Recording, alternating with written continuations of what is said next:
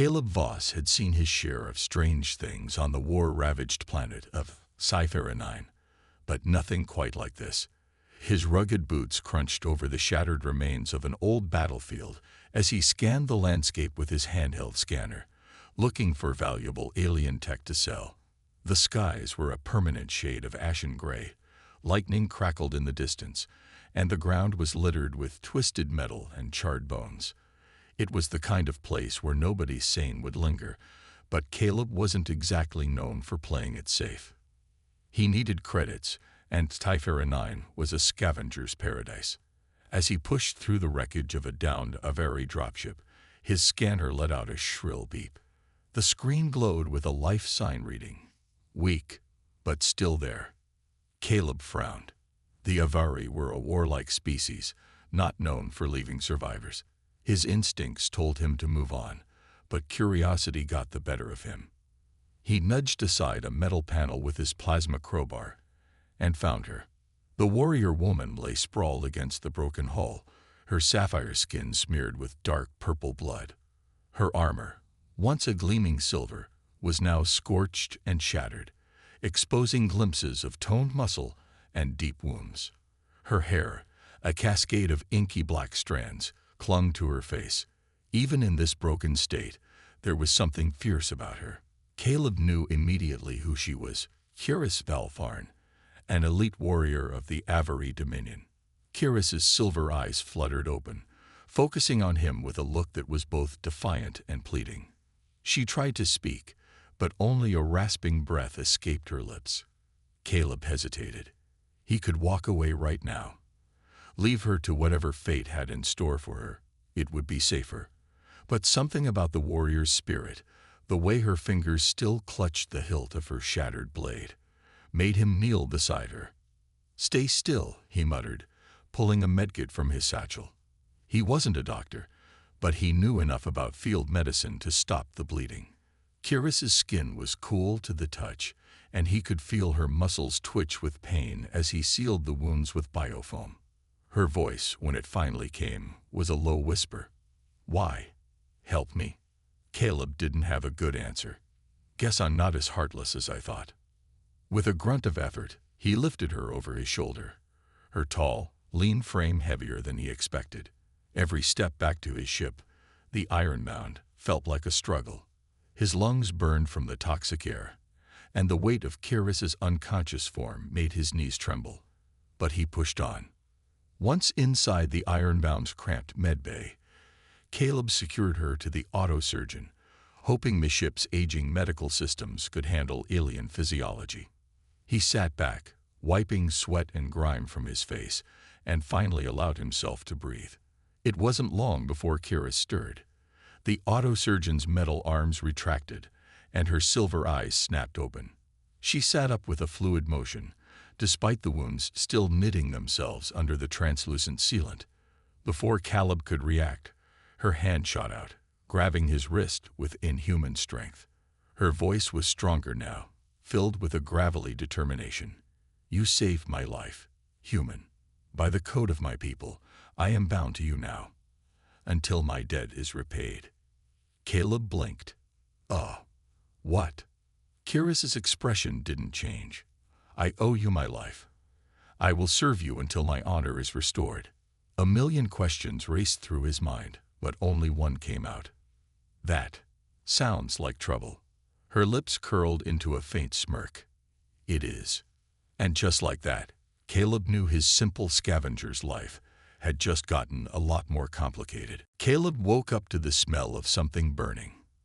His eyes snapped open, and he scrambled out of his bunk, nearly tripping over a pile of tools on the floor. The Ironbound's narrow corridors were dimly lit, the soft hum of the ship's old systems filling the air. As he rushed toward the galley, his mind raced with possibilities. Engine fire, malfunctioning equipment, or worse, an alien warrior trying to cook. When he skidded into the tiny kitchen area, his suspicions were confirmed. Kiris Valfarn stood over the portable stove, her tall, lean frame taking up almost all the space. She wore a patched-up flight suit Caleb had lent her, but the sleeves were too short, and the jumpsuit strained against her muscular build. Her inky black hair was pulled back, and her silver eyes were focused intensely on a skillet where something blackened and sizzled. "What are you doing?" Caleb asked, his voice a mix of confusion and mild panic. Karis didn't look up. "You have not eaten. As your debt-bound, it is my duty to ensure your survival." Caleb bit back a groan. "You're not my servant. You don't owe me anything." She turned, her expression unyielding. "By the code of my people, I owe you my life. I must repay this debt, or my honor is lost." He sighed, leaning against the doorframe. The warrior's stubbornness was like talking to a brick wall. "Okay, but maybe stay away from the stove for now. I like my food not charcoal." Karis glanced at the smoking pan, then back at him. "Understood." She set the skillet down with a clang and crossed her arms, awaiting further instruction. Caleb moved past her, pulling a protein pack from a cabinet. He prepared a quick meal, his movements smooth and practiced. As he worked, he couldn't shake the feeling of Karis's intense gaze on him. When he handed her a meal packet, she took it with surprising gentleness. "Thank you," she said, though the word seemed foreign on her tongue. They ate in awkward silence, the ship's low rumble filling the gap between them. Caleb's mind wandered to the scavenging mission he had planned for the next day. His ship's fuel reserves were low, and his credit balance was dangerously close to zero. He needed a score, something valuable enough to get him off Sci Fi 9 before another storm cycle hit. "I can assist you," Karis said, as if reading his thoughts. Caleb looked up. "Assist me with what?" "Scavenging," she replied. "I know where my people's drop pods crashed. There may be salvageable tech there." His eyebrows rose. "You'd show me Avari tech. Won't that get you in trouble?" Her expression hardened. "I am already an outcast, a warrior who failed her mission. The only path left to me is to honor my debt to you." Caleb considered this. With Karis's knowledge, they could avoid the most dangerous zones and find valuable gear faster. It was a risky move, but he was already in deep enough as it was. "All right," he said, "but we do this my way. No running off and getting yourself killed. I'm not dragging your half-dead body back here again." For the first time, he thought he saw a flicker of amusement cross her face. "Agreed." As they cleaned up, Caleb felt a shift in the air. Karis wasn't just a burden anymore. She was a partner. And while the thought was still unsettling, it also brought a strange comfort. Little did he know, their uneasy alliance was about to lead them into territories far more dangerous than abandoned battlefields, where old enemies and new threats awaited, and where debts of honor would be tested against the harsh laws of survival. Caleb tightened the straps on his utility belt, making sure his blaster and scanner were secure. The storm had passed over Sci Fi 9 the previous night, leaving behind a sky of dark purple clouds and a landscape of cracked metal ruins. The air smelled of burnt ozone, and distant lightning flickered across the sky. This planet had been a war zone, and the remains of battles still littered the ground. Karis stood beside him, adjusting the reinforced bracers on her forearms. The Avari warrior was fully focused, her silver eyes scanning the horizon. She had insisted on accompanying him to the wreckage, and honestly, Caleb was glad. The place they were heading to was dangerous, and having a trained warrior on his side made him feel a little less like walking bait. The drop pods landed near the eastern ravine, Karis said, pointing towards a jagged canyon in the distance. "If we move fast, we can reach them before the next ion storm." Caleb nodded. "Then let's not waste time." They moved quickly, their boots crunching against scorched metal as they made their way across the wasteland. Caleb's scanner beeped, picking up traces of energy signatures. If there was functioning tech in those pods, it could be worth a small fortune, enough to fix up the Ironbound and get off this rock. As they reached the edge of the ravine, they saw the first pod. It was half buried in blackened earth, its hull cracked open like an egg. Strange blue light flickered from within, the last remnants of Avari biotech systems trying to stay alive. Kiris moved forward first, her movements swift and silent. She crouched beside the pod, running her gloved fingers over the controls. "The interface is damaged," she muttered, "but the power core may still be functional." "Good," Caleb said, pulling out his tools. "That alone could sell for a lot." But before he could move, Kiris tensed. "Something is watching us." Caleb froze, his hand drifting toward his blaster. His eyes swept the ruins, searching for movement. At first, he saw nothing but the wreckage of war. But then, a shadow moved. From behind a pile of twisted metal, something large and inhuman stepped forward. It was hulking and insectoid, with chitinous armor that gleamed in the dim light. Caleb's stomach dropped. "A Zorith hunter," Kiris whispered. "They track survivors from the battlefield, and they do not leave witnesses." The creature let out a horrifying click, its multiple eyes glowing red. It moved with unnatural speed, closing the distance between them in seconds. Caleb fired first. The blaster bolt hit the creature's shoulder plating, but it barely flinched. Kiris reacted faster, grabbing a sharp fragment of metal from the wreckage and hurling it. The makeshift weapon pierced one of the hunter's eyes, and the creature let out an ear-piercing screech. "Run!" Caleb shouted. They sprinted toward the next drop pod, dodging through the wreckage as the Zorith gave chase. It was fast, its clawed feet scraping against the metal debris. Caleb's lungs burned, but he pushed forward, reaching a half-collapsed transport ship just ahead. Kiris skidded to a halt beside him, her breath steady despite the danger. "We cannot keep running. We must end this." Caleb gritted his teeth. She was right. The hunter would not stop until one of them was dead. As the creature lunged again, Caleb saw an opening. A fuel cell was half buried in the wreckage nearby, cracked but still active. "Get ready," he muttered to Kiris. She nodded. As the Zorith hunter charged, Caleb fired at the fuel cell. The explosion lit up the battlefield, sending shockwaves through the air. The force threw the creature back, its armor shattering as it let out a final, terrible shriek. Silence followed. Kiris exhaled, looking at Caleb with a new sense of respect. "You are a warrior," she said simply. Caleb let out a shaky laugh. "Nah, just someone who hates being hunted." But deep down, he knew this was just the beginning. Caleb and Kiris stood amid the smoking wreckage, their faces streaked with dust and ash. The acrid smell of burnt metal filled the air, but the Zorith hunter lay motionless, its armored body half buried under twisted debris. Kiris nudged it with the toe of her boot, and when it didn't move, she exhaled. "It's over," she said, her silver eyes scanning the ruined battlefield. "For now." Caleb nodded, still clutching his blaster. His heart was slowing down, but the adrenaline left his hands shaking. He had never been this close to death, and despite the danger, he felt a strange thrill. "We need to keep moving," he said, focusing on the drop pod they had originally aimed for, "before more of these things show up." Kiris agreed, and together they approached the second pod. This one was in better shape, its hull only dented, and the biotech systems still humming with faint energy. The blue light from inside cast eerie shadows over their faces. Caleb pulled out his scanner, and its screen flickered with strange symbols. "This isn't just a power core, Kiris. There's a signal, encrypted." Kiris' expression hardened.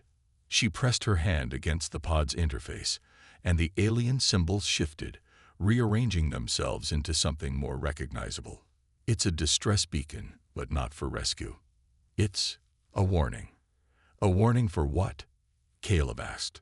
Before she could answer, the pod's screen lit up, and a holographic map of Sci Fi 9 appeared.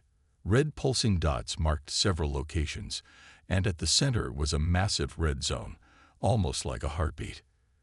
"There's something buried here," Kiris said, her voice barely above a whisper. "Something the Zorith are protecting. Or keeping trapped." A cold chill ran down Caleb's spine. He had thought this planet was just a scrap heap, a place where old wars were forgotten. But now it felt like they were standing on top of something alive, something that wanted out. "Do you think it's worth investigating?" he asked, though his instincts screamed no. Kiris looked at him, her silver eyes unreadable. "If there's a threat, my people need to know. And if there's technology down there, it could change everything." Caleb hesitated. "But what if it's too dangerous?" Her expression softened. "Then we leave, and we survive. But if there's a chance, we need to take it." He couldn't argue with that. They had come to Sci Fi 9 to find something valuable, and now it seemed like they had found it, just not in the way they had expected. With renewed determination, they secured what they could from the drop pod. Caleb managed to extract the power core, its pulsing blue light, a small victory amid the uncertainty. Kiris downloaded the coordinates of the red zone, and together they began the long trek back to the Iron Mound. But as they moved, Caleb couldn't shake the feeling that they were being watched. The wreckage seemed to shift, and the shadows felt too thick, too alive. Kiris must have felt it too. She moved closer to him, her hand never leaving her blade. "If anything moves," she whispered, "we strike first." When they finally reached the Iron Mound, the ship's hull looked like a safe haven. They hurried inside, sealing the entrance and activating the shields. The ship hummed to life, its systems booting up with a soft glow. Caleb set the power core into the main console, and the ship's energy reserves spiked. Kiris uploaded the coordinates, and the navigation system plotted a course toward the red zone. As the Ironbound lifted off, the planet's surface seemed to breathe, the metal landscape shifting as if trying to keep them down. Caleb gripped the controls, his mind racing. Whatever lay in the red zone, it wasn't just treasure. It was something old, something dangerous, and they were flying straight into it. But with Kiris by his side, her sharp gaze fixed on the unknown, Caleb felt a spark of hope. Whatever came next, they would face it together, and nothing on Sci Fi 9 would stop them. The Ironbound soared over the wreckage-strewn plains of Sci Fi 9, heading toward the red zone marked on the holographic map. Caleb sat in the pilot's seat, gripping the controls tightly as the ship cut through the swirling dust storms that raged across the planet's surface. Kiris stood beside him, her silver eyes fixed on the screen, scanning for any threats. "There's a lot of energy activity ahead," she said, her fingers dancing over the ship's interface. "Something big is buried here." Caleb exhaled slowly. "Let's just hope it's not something that wants us dead." The deeper they flew into the red zone, the stranger things became. The ground below seemed unnatural. Metallic structures jutted out like the bones of a forgotten city, their surfaces covered in alien glyphs. Lightning crackled between them, even though the sky was clear. "I don't like this," Caleb muttered. "It feels wrong." Kiris nodded. "Whatever is here, it's not just wreckage. This place is active." Suddenly, the ship's alarms blared. A massive energy surge erupted beneath them, and before Caleb could react, a pulse of blue light shot up from the ground, striking the Iron Mound. The ship shook violently, systems flickering. "We're losing power," Caleb shouted. He pulled on the controls, trying to stabilize the descent, but the ship was being dragged downward, as if by an invisible force. Kiris slammed a button on the console, activating emergency thrusters. The ship lurched, slowing their fall, but it wasn't enough. The ground rushed toward them, and with a deafening crash, the Ironbound slammed into the surface, skidding across the metallic ground before coming to a jarring stop. Silence. Caleb groaned, pushing himself up. "Kiris, you good?" She coughed, shaking off debris.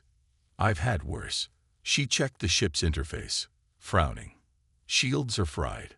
Weapons offline. The Ironbound is trapped." Caleb cursed under his breath. So much for a smooth landing. They stepped outside, weapons drawn. The air shimmered, as if the very atmosphere was vibrating with power. Ahead of them, a massive circular structure loomed, its surface carved with more of the glowing alien glyphs. The structure was pulsing, as if it had been awakened. "This must be it," Kiris said, stepping closer. "The core of the red zone." As they approached, the ground trembled, and a low, mechanical rumbling filled the air. Caleb stopped in his tracks. "Tell me that's not what I think it is." The structure split open, revealing a dark entrance. A strange, blue mist seeped out, curling in the air like living tendrils. From deep within, a sound echoed, a sound that made Caleb's blood run cold. A deep guttural growl. Something was waking up. Kiris tightened her grip on her plasma blade. "Whatever is inside," she said, "we need to be ready." Caleb nodded, swallowing hard. They had come looking for answers, but now, it seemed like the only question left was, would they make it out alive? Caleb and Kiris stood at the edge of the dark entrance, their shadows swallowed by the blue mist curling out from the ancient structure. The strange, low growl continued, vibrating through the metallic ground beneath their feet. Caleb's pulse quickened, his instincts screaming that they were venturing into the jaws of something far older and more dangerous than they had imagined. "We go in," Kiris said, her voice steady. She activated her plasma blade, its glowing edge casting sharp shadows on the glyph-covered walls. Caleb drew his blaster, nodding. "Stay close." As they stepped into the darkness, the temperature dropped sharply. The walls seemed to close in, the glyphs pulsing with a rhythmic light, almost like a heartbeat. Each step echoed, the sound swallowed by the mist. Their breath formed misty clouds, and Caleb's fingers felt numb against the cold metal of his weapon. "Whatever this is, it's alive," Kiris whispered. The corridor opened into a vast chamber, its ceiling lost in shadows. The floor was a grid of transparent panels, beneath which blue energy flowed like rivers of light. In the center of the room stood a massive obelisk, its surface shifting and changing, the glyphs dancing across it as if alive. Caleb approached cautiously. "This must be the artifact everyone's after." Kiris's eyes narrowed. "It's not just an artifact. It's a source of power."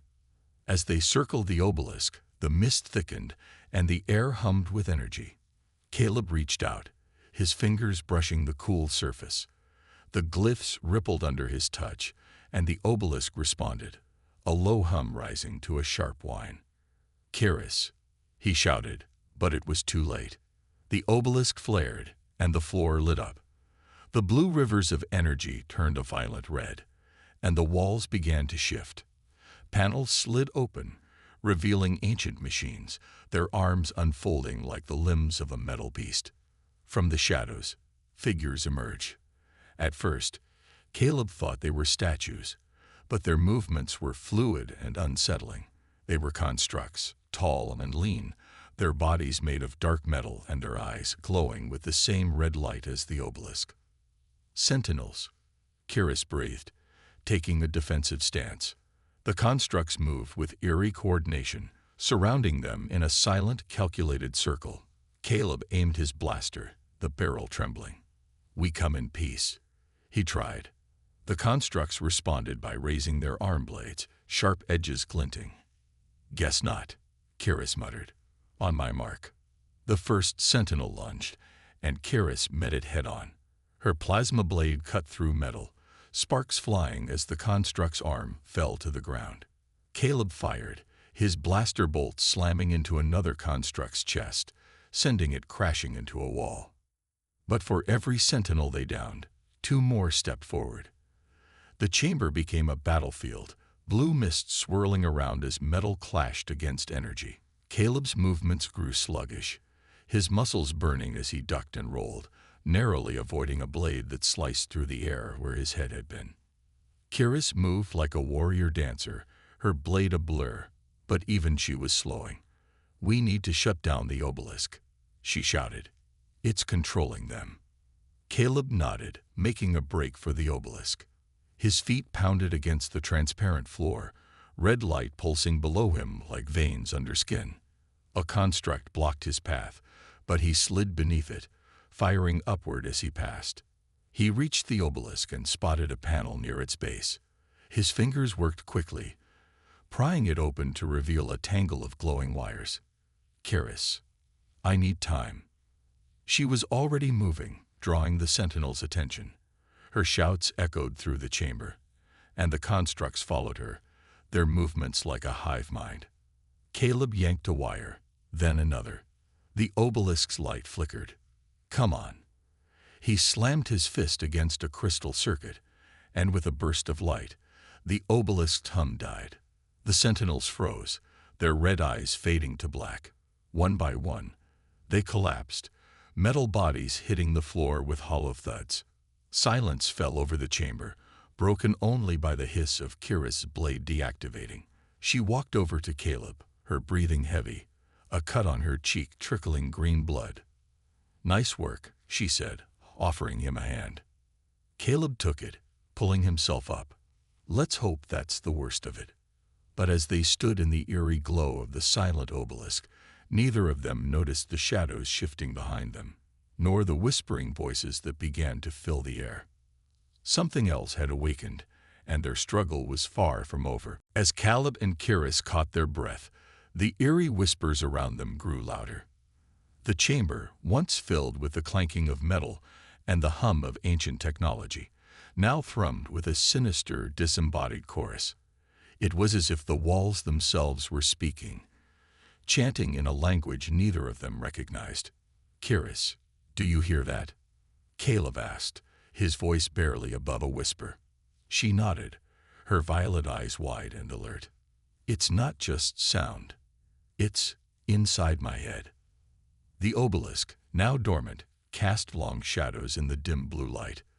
Those shadows, however, seemed to move on their own, sliding across the floor and curling up the walls like living ink. Caleb felt a chill that had nothing to do with the cold air. He turned, his blaster still in hand. "We need to get out of here." Kiris hesitated.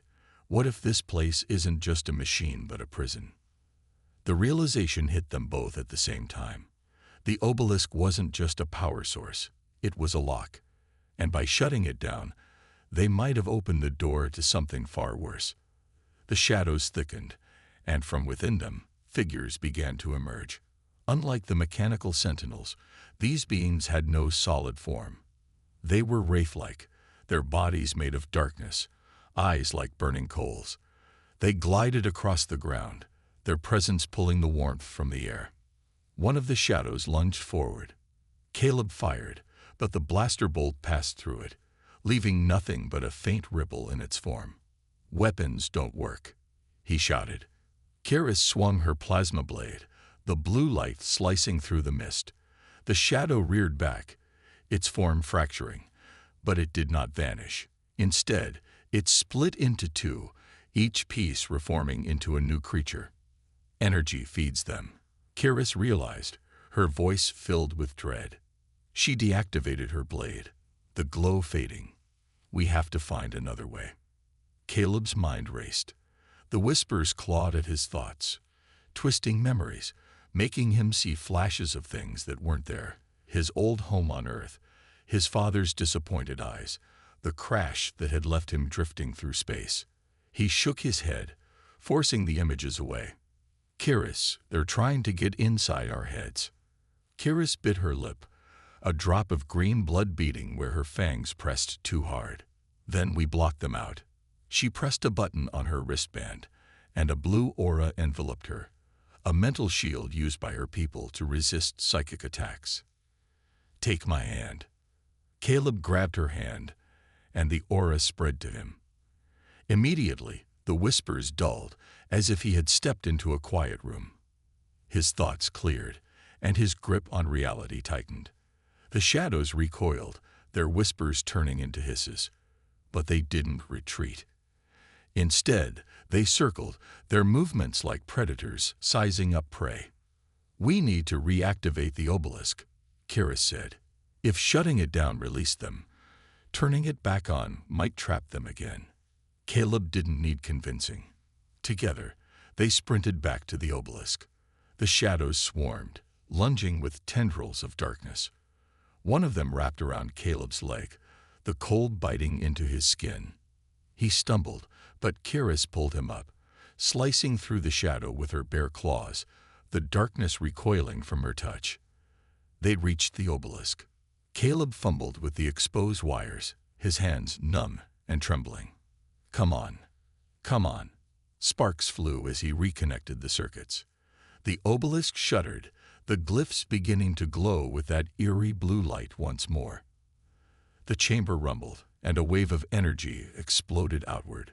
The shadows screamed, a sound that vibrated through their bones as the light washed over them.